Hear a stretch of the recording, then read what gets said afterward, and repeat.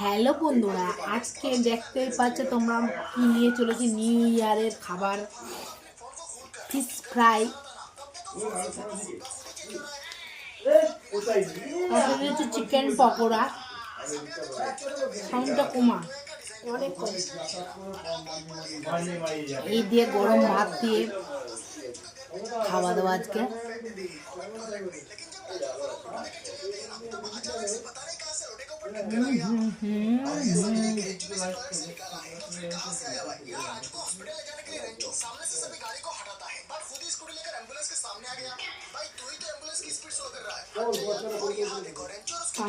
chicken pakora,